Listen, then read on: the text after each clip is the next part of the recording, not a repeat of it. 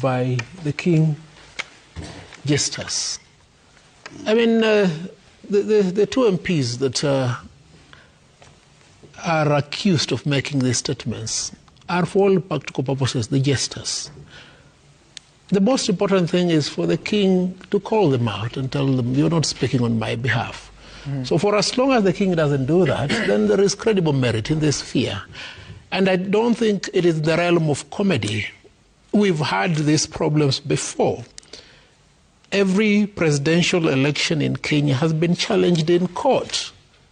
On what grounds? On suspicions of vote theft. So taking that into account, there is merit in what our Senator for Nairobi, Edwin Sifuna, has said. IEBC has to summon these individuals. The Director of Criminal Investigations has to take action. The Director of Public Prosecution has to take action. When that is said and done, I don't see the place of the Prime Cabinet Secretary and the Speaker of the National Assembly in this enterprise. They're supposed to be neutral. They're not even supposed to be speaking about it. For the Speaker of the National Assembly, there's already a declaration by the High Court of Kenya of impartiality on his part, of conflict of interest. He needs to keep quiet and let the bodies charged with this responsibility do their work. I mean, you may fault Justin Muturi for many things, but for the time that Justin Muturi served as Speaker of the National Assembly, he didn't engage in active politics in the manner in which my friend Moses Wetangula is doing. So let action be taken against these individuals. They are inciting the public. You understand? We have resources deployed in arresting small children for speaking their mind, but we can't deploy similar resources for arresting these politicians and elected members of the National Assembly who are committing more egregious offenses than even the misdemeanors we accuse these children of doing. I mean, we have Boniface Mwangi today arrested for terrorism. What terrorism? You can't arrest these two MPs who are spewing hate speech and inciting the people. There is a fundamental problem here. Okay. Interesting. And we're to see what happens, but more importantly about keeping the sanity of the country. That sounds funny, actually. Sanity. Former Law Society of Kenya LSK President Nelson Havi has called for accountability among political leaders who are spreading claims of election rigging ahead of the 2027 general election. He emphasized that leaders who incite the public or make unsubstantiated allegations about the integrity of election should face legal and institutional scrutiny from key government agencies.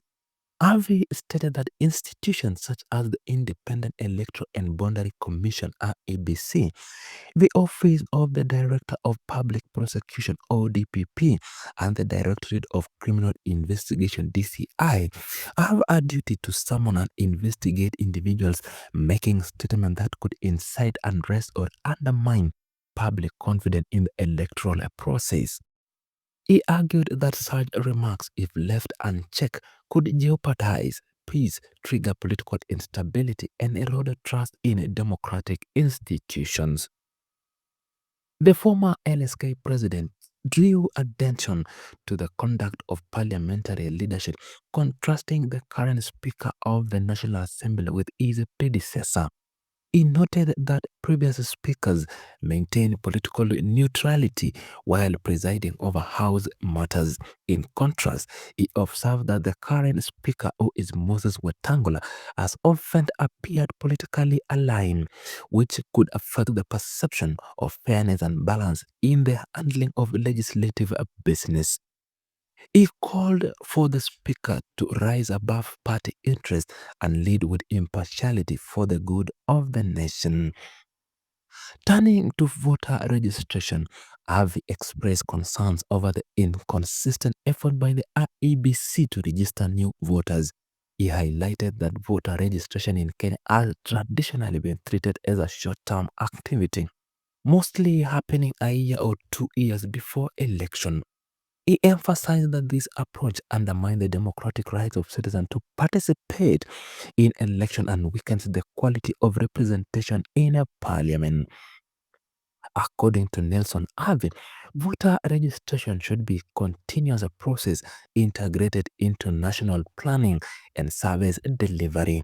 This would allow all eligible Kenyans, especially young people and first-time voters, to register without waiting for a rush registration exercise during the election seasons. He pointed out that without continuous voter registration, many potential voters are locked out of democratic process, particularly in rural and underserved areas. He further noted that a robust and ongoing voter registration program would help IEBC prepare adequately for election, improve the accuracy of the voter register, and reduce the logistical burden that typically accompanies last-minute registration drives. It would also build confidence in the Electoral Commission's preparedness and strengthen the overall credibility of the election. As Kenya moves closer to the 2027 polls, Havi urged electoral and legal institutions to remain vigilant in protecting the integrity of the electoral process. He emphasized the need for proactive planning, professional conduct by public officials, and respect for the rule of law as essential elements in securing free, fair, and peaceful elections. 2 or 1 year to the election. It is imperative that this process be undertaken wholesomely, because statistics indicate that the number of Kenyans who have attained the age of majority since the last general election is close to 13 million. That is a very big number of people who ought to be in the voter register. 13? About 13, in my estimation. Okay. It's between 9 to 13. It's a big number. So these people ought to be in the voter register. I've said it many times before, and I resonate with what the Prime Minister Raila Odinga said. Yep. Fundamentally, by the time you gain the age of majority and you're given an identity card, that identity card should be, for all practical purposes, the tool that should enable you to vote. But until such a time as the law is amended to enable that, it is important that voter registration be undertaken. Secondly, the by-elections, they've been outstanding for so long a period that there are certain constituencies and areas of representation at the county level that have lagged behind. This has to be undertaken speedily. The recall of MPs, I think, is a little bit aspirational. I highly doubt if it will happen, bearing in mind the short period of time between now and the next election. I think the most important thing for now is to register voters and to undertake these by-elections. Okay. Do you think that provision in the Constitution is tenable? Should we try it at some point?